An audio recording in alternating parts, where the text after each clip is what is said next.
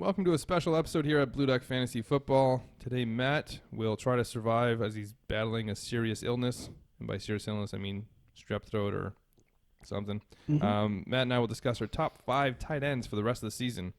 We were filming this before Week 10, so Week 10 to 16. Sorry if you play in Week 17. We're not counting that for this. If this is your first time watching us, make sure you subscribe. We do 2 podcasts a week, as well as a different fantasy football episode every day of the week during the fantasy football season. Just to note, we are taking into account buys. This is total points, so a player through his buy will have added value, and a player who is injured will also have that factored in. We're looking at total points rest of season, and this is PPR. Mm-hmm. Matt, why don't you start with your top 5 tight ends rest of season? Who's number 1? Number 1, we are going to the Bay. George Kittle. No. Thought we were going to the Hudson's Bay. No. San Francisco. He's already through his bye. He's got really good matchups coming up this week here against Seattle, 29th against the tight ends.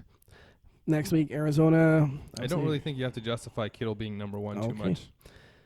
All right. So he's got good matchups coming up. We'll just leave it at that then. Number 2 is Austin Hooper. Ooh. PPR machine this year. And this is an offense that's not going to stop throwing the ball.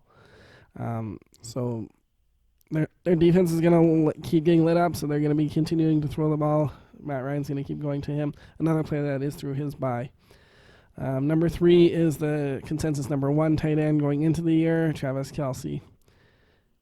I couldn't leave Kelce off the list here. He's just too good of a playmaker.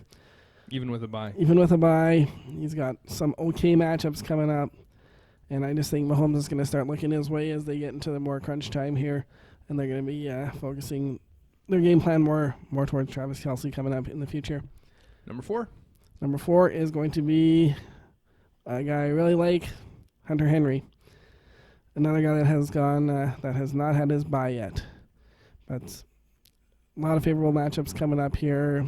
Starts with the Raiders this week, Kansas City next week, bye week, and then the Broncos, Jaguars. Minnesota isn't great. And then finish off in Week 16 at home to Oakland, who is number 30th against the tight end. Okay, so it comes down to this. Who is your number 5? Is going to be Darren Waller, Ooh. the surprise tight end of the year. He gets the spot here mostly because he's already gone through his bye, and Evan Ingram is nicked up. So I don't know how much he's going to be playing coming down the stretch here. Otherwise, it would have been a competition between him and Ingram.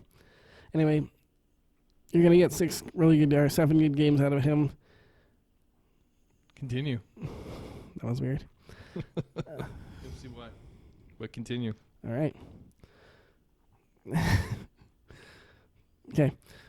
Anyway, this week they got the Chargers. They're at home to the Bengals, at the Jets, at Chiefs, home to the Titans, home to the Jags, and at the Chargers. Those are all, for the most part, going to be okay weather conditions.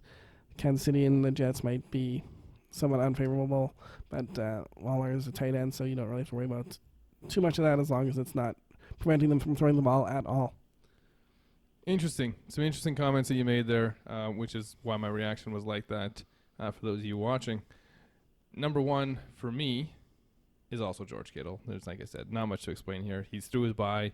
He's probably just the best tight end, even if he wasn't through his bye, and I'd still probably take him at 1 over everybody else. He's played great. He hasn't played as great as we expected, but he's still been the best tight end. At number 2, I have the consensus number 1 preseason, Travis Kelce. With Mahomes back, I think it's time. We're finally going to see Travis Kelce, fingers crossed, I'm in several leagues, living up to the potential. My number 3 was your number 5, Darren Waller, through the bye, so I like it. Especially PPR. I think he's the PPR machine and not Austin Hooper, who I just don't believe in the talent. And spoiler alert, did not make my list. But the player that did make my list that didn't make yours, which I was surprised when you said Ingram was injured and wasn't considered. You didn't mention Zach Ertz being considered. No faith in Ertz? Just hasn't been that good this year. Not over the other 5. The last game was pretty good. Yeah, he might be turning it around, but I'm thinking that the other 5 here. Yeah, he should have been maybe considered at that spot with Waller, but I'm comfortable with Waller over him. I'm comfortable with Waller also. I just thought Ingram hasn't been that great this year other than 1 or 2 games. So, and we've expected a lot more from him. I think he's been playing hard all year. Ertz is on bye this week. He's my number 4. And at number 5, your boy, the man who you would marry if you could, Hunter Henry, also has a bye coming up, week 12. But he's good enough to make my list. Since he's come back, he has been very good. And with Keenan Allen underperforming, Mike Williams underperforming, he's the guy who's been the more consistent play out of all of them. So I do like him. If he was through his bye, there would have been consideration for him at number 3, and possibly even number 2. No, I know. Ahead of Kelsey. I don't disagree with that, but the bye, right, hurts him. The bye factors in. So Hooper, who I don't believe in, doesn't make my list. Ertz, who you just can't trust, doesn't make your list. And he hasn't had his bye yet. Well, he's having on it bye this week. Yeah. I understand that Hooper has his bye. I don't know. I've had him on a team before, and I've seen him play, and I'm not impressed with his talent, so I just can't pick him. But that's it. So we've done quarterbacks, we've done running backs, we've done wide receivers, and now we've finished tight ends. And quarterbacks was the one we had the most different. 2. Everything else was just 1. So is next week kickers? Kickers and punters next week, nice. For sure. No, we do not. We do not use kickers in most of our leagues, and we are against kickers. And you should be too.